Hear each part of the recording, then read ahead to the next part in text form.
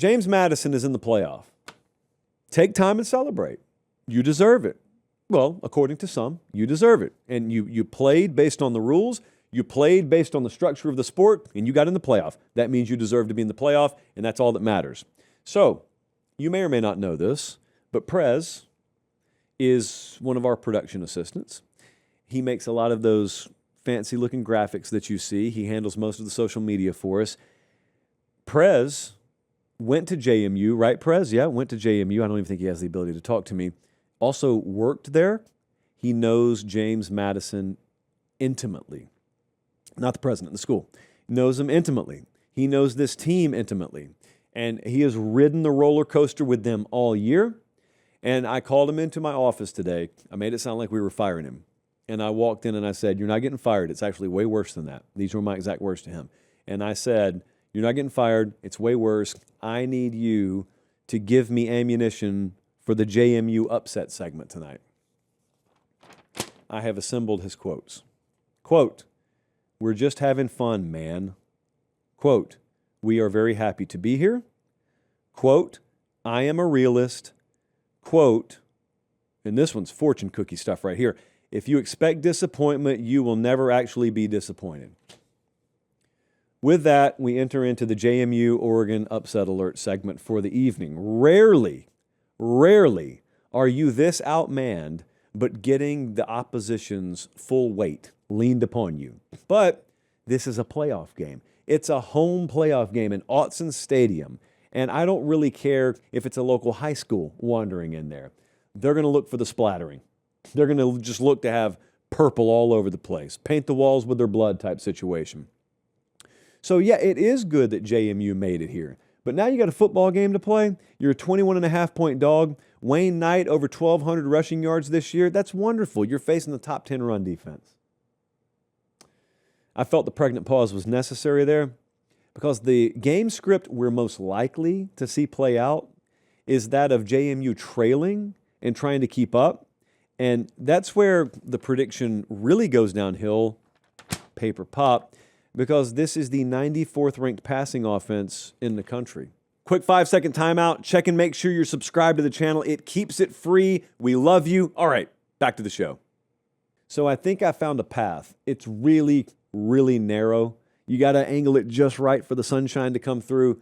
But if the worst were to happen here and Oregon were to be upset, I think it would probably be that Oregon got out to a lead, but it was like 10-0 or 13-0.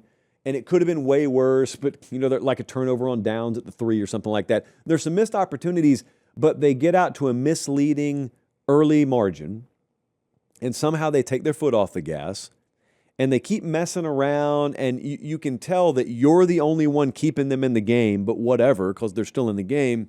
And you come out of the half in the third quarter, and they cattle prod you.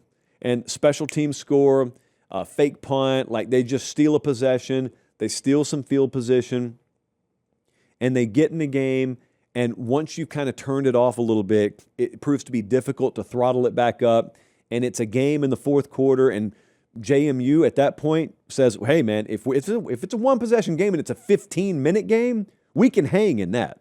4 quarters was going to be tough. 1 quarter could happen. I think that's the way it has to go.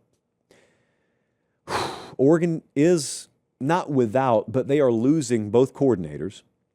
So Will Stein is the head coach at Kentucky.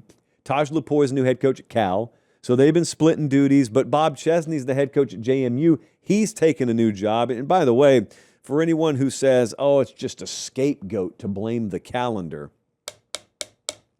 I present to you exhibit A, B, C, D, E, F, G, because it feels like every game that we're previewing so far, we got coaches on the move. It's not like coaches have never left jobs before. It's just normally, in a sane world, you can wait to the end of the year to do it.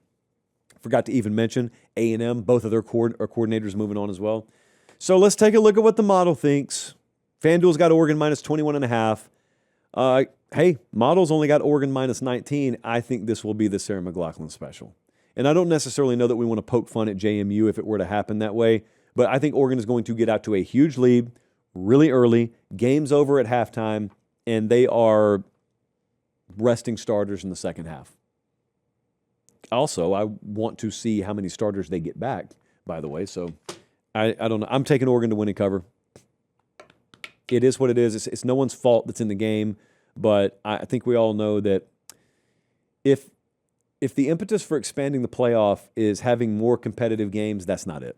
That's unlikely to be it. Now, I already went through my whole spiel about the G5 and why they should and shouldn't be in, and if they should and shouldn't be in. It has nothing to do with what the score of this game will be Saturday. It has nothing to do with that for me. That's not my argument. My argument about whether or not the G5 should be included in the playoff is a whole separate thing. So JMU could lose by 50 or win by 3, and my opinion would be unchanged. Quick Trip fuels us everywhere we go. The Fall Don't Lie Tour has been fueled all season long by Quick Trip.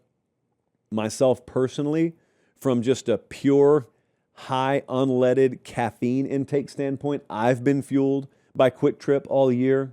The Quick Trip Cold Brew on Tap, I'm ready to call it one of the top 5 most important inventions in American history and one of the top 2 or 3 most important inventions in my lifetime. So I hope I haven't been unclear there. And Quick Trip will fuel us out to Norman, Oklahoma, and then down to College Station this weekend. Is anyone else out there making that trek? I know that's not the easiest thing to pull off, but I-35, if you drive it late enough at night, can be kind of fun. During the day, nightmare, but at night can be kind of fun. The Fall Don't Lie t-shirts, by the way, for both of these games available at patestateMaterial.com. All right, get that piece of paper out of the way. I think I had like 4 whale breaches there, Jesse. By the way, if you really, really pay close attention to the show, you'll notice that there are some wrinkles in the white t-shirt tonight. It's very uncharacteristic. I am a very, very high-level dresser, and my palate from a food standpoint may be unrefined, but my fashion palate is second to none. So you know that something's wrong if the white t-shirt is wrinkled. Well, it's because it is my second string t-shirt, because foolishly, my t-shirt provider, soon to be my former t-shirt provider, shipped me some new t-shirts today, and I did not take them out of the pack. I just threw the pack in the car, drove to the office, and 15 minutes before showtime, started to change, and realized they had shipped me what equated to white garbage bags. That is a 6XL white tee. If you're listening on podcast, thank you. I would prefer no one see this, but I figured I had to address the wrinkles in the backup t-shirt. That's because this is a backup t-shirt, because I was not walking on air looking like that. Imagine the accumulation of shirt in the chair here. I would have looked like I was sitting in a snowdrift. It's terrible. So, on a slightly related note, I am now in the market for a new white t-shirt provider. Because I've got to take it as disrespect if I don't know any better, and I don't. So, I hope you're listening out there. Whomstever could answer my call as I throw it out into the market. We don't even have an official shirt provider of the show anyway, so probably about time we do that.